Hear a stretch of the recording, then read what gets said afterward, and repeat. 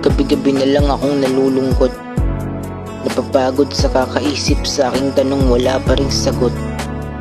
Puso kong nawawalan na ng sigla, nalulumbay sa buhay at nag-iisa. May kirot sa pusong nahihirapang makalimot, sa bawat oras na aalala ang sayang ito ang dulot. Gabing pinipiling idaan sa pagluha ang nadaramang lungkot, nawari ang sugat ay nagdurugo at may kislot. Namimiss ko na ang iyong mga halik, mga yakap kulitan, kailan ba maibabalik? Puso kong malapit nang matulog at ako'y unti-unti nang mahuhulog. Sa pangpang ng panaginip kong binuo na masaya ka at masaya na tayo, sa piling ng taong pinili nating pareho, sa piling ng bagong mamahaling totoo. Nandito pa rin ang sakit sa aking dibdib kapag ika'y dumadalaw dito sa aking panaginip. Parang ayaw ko nang magising sa magandang panaginip na tayo ay masaya sa panggap na panaginip.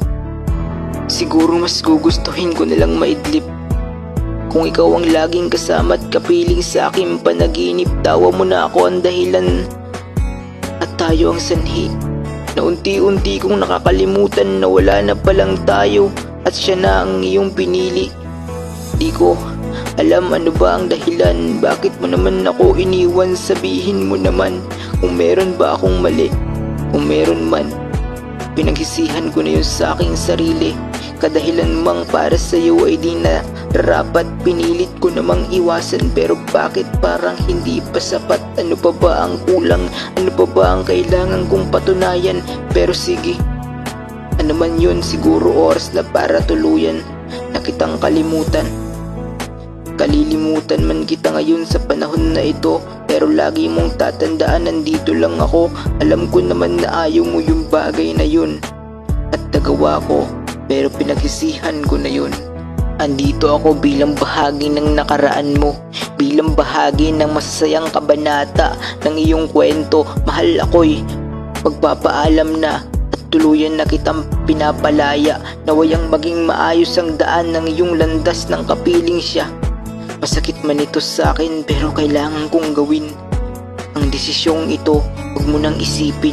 Puso ko man nahihirapang makalimot sa nakaraan, pipilitin ko alang-alang sa kasalukuyan.